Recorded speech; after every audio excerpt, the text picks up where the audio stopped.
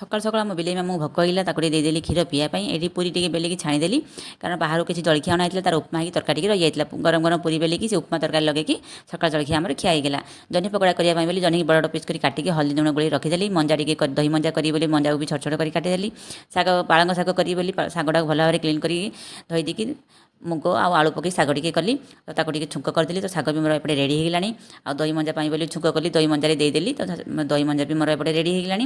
ତ ଆଜ୍ଞା ନା ଧରିକି ଆସିଲେ ମାଟି ହାଣ୍ଡି, କହିଲେ ମାଟି ହାଣ୍ଡିରେ ରାନ୍ଧିଲେ ଚିକେନ୍ ମଟନ୍ ଟେଷ୍ଟ ଲାଗେ। ମୁଁ କହିଲି ହଉ, ଆମେ ବି ଏଥର ରାନ୍ଧିବା ଫାଷ୍ଟ ଟାଇମ୍, ଦେଖିବା କେମିତି କ'ଣ ଟେଷ୍ଟ ଲାଗୁଛି।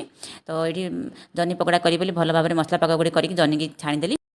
ତ ଏଇଠି ମୋର କ୍ରିସ୍ପି କ୍ରିସ୍ପି ଜହ୍ନି ପକୋଡ଼ା ମୋର ରେଡ଼ି ହେଇଗଲାଣି, ଗରମା ଗରମ ଜହ୍ନି ପକୋଡ଼ା।